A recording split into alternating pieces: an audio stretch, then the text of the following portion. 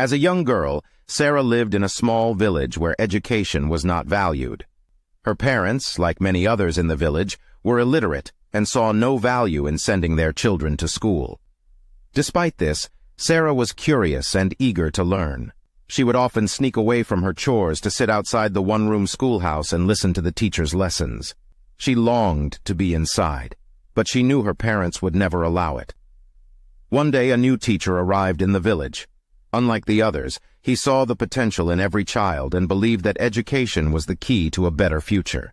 He was determined to make a difference, even if it meant facing opposition from the parents.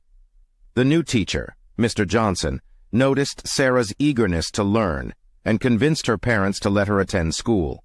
He promised to give her a scholarship and to provide her with everything she needed to succeed. Sarah was overjoyed. She worked hard and soon became one of the top students in the class. Mr. Johnson saw her potential and encouraged her to continue her studies, even when her parents wanted her to drop out. Years passed, and Sarah graduated from high school with top honors. She was the first person in her family to ever receive an education. With the help of Mr. Johnson, she was able to secure a scholarship to attend college. Sarah studied hard and eventually became a successful doctor. She returned to her village and opened a clinic, where she treated the sick and taught the importance of education to the children. Years later, Mr. Johnson passed away, but his legacy lived on through Sarah and the many other children whose lives he had touched.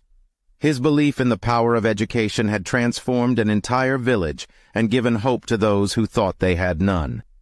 Sarah never forgot the impact that education had on her life, and she continued to inspire others to follow in her footsteps. She knew that education was the key to breaking the cycle of poverty and creating a better future for all.